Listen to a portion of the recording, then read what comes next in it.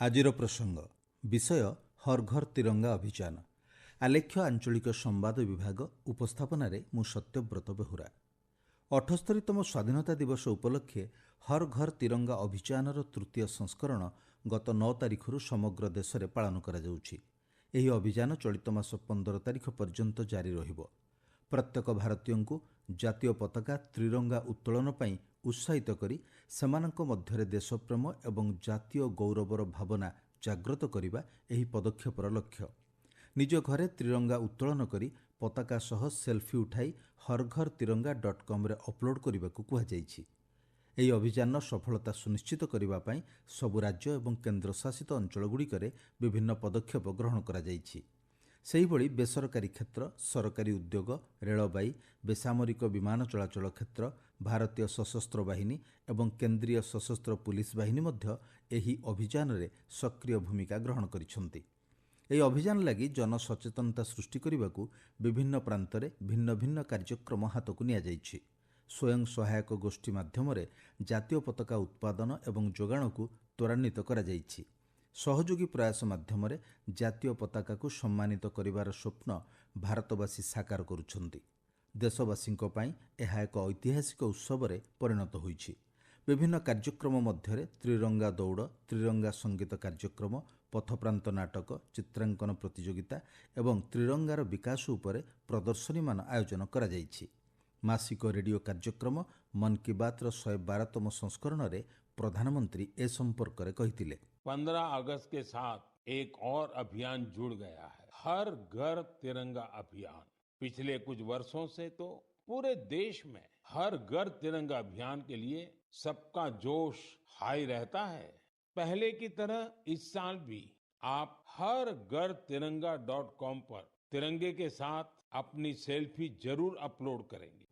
ଗତ 2022 ମସିହାରେ ଆଜାଦୀ କା ଅମୃତ ମହୋତ୍ସବ ଅଧୀନରେ ଆରମ୍ଭ ହୋଇଥିବା ଏହି ଅଭିଯାନ ଏବେ ଏକ ଜନ ଆନ୍ଦୋଳନରେ ପରିଣତ ହୋଇଛି। ସମାଜର ବିଭିନ୍ନ ବର୍ଗର ଲୋକ ଏହାକୁ ଗ୍ରହଣ କରୁଛନ୍ତି। ଏହି ବର୍ଷ 23 କୋଟିରୁ ଅଧିକ ଘରେ ଜାତୀୟ ପତାକା ଉତ୍ତୋଳନ କରାଯାଇଥିଲା। 6 କୋଟି ଲୋକ ପତାକା ସହ ସେଲ୍ଫି ଉଠାଇ ଅପଲୋଡ୍ କରିଥିଲେ।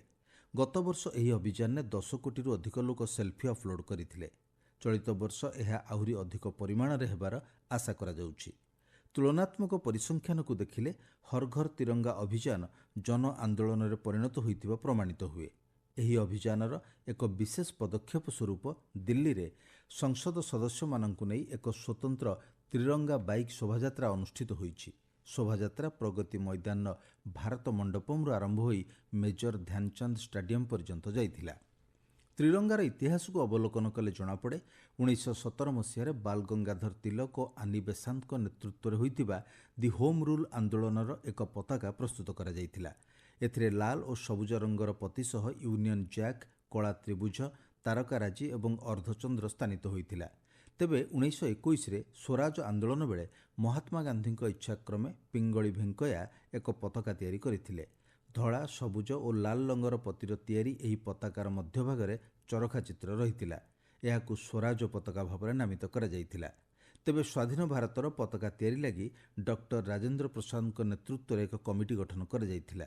ଗାନ୍ଧିଜୀଙ୍କ ସମ୍ମତିକ୍ରମେ ପିଙ୍ଗଳି ଭେଙ୍କୟାଙ୍କ ପତାକାରୁ ଚରଖା ଚିହ୍ନ ସ୍ଥାନରେ ଅଶୋକ ସ୍ତମ୍ଭରେ ଶୋଭିତ ଚକ୍ର ରଖାଯାଇଥିଲା। 1947 ଜୁଲାଇ 22ରେ ତ୍ରିରଙ୍ଗା ପତାକା ସମ୍ବିଧାନ ସଭାରେ ସ୍ୱାଧୀନ ଭାରତର ଜାତୀୟ ପତାକା ଭାବେ ଗ୍ରହଣ କରାଯାଇଥିଲା। ଜାତୀୟ ପତାକାର ଉପର ଅଂଶ ଗାଢ଼ ନାରଙ୍ଗୀ ଏବଂ ତଳ ଅଂଶ ଗାଢ଼ ସବୁଜ ଓ ମଝିରେ ଘନ ନୀଳ ଚକ୍ର ଶୋଭିତ ଧଳାପତି ରହିଛି। ନାରଙ୍ଗୀ ସାମର୍ଥ୍ୟ ଓ ସାହସକୁ ବୁଝାଉଥିବା ବେଳେ ଧର୍ମଚକ୍ର ଓ ଧଳା ଶାନ୍ତି ଆଉ ସତ୍ୟ ଏବଂ ସବୁଜ ରଙ୍ଗ ଉର୍ବରତା, ଅଭିବୃଦ୍ଧି ଏବଂ ପବିତ୍ରତାର ପ୍ରତୀକ ଭାବେ ମାନ୍ୟତା ପାଇଥାଏ।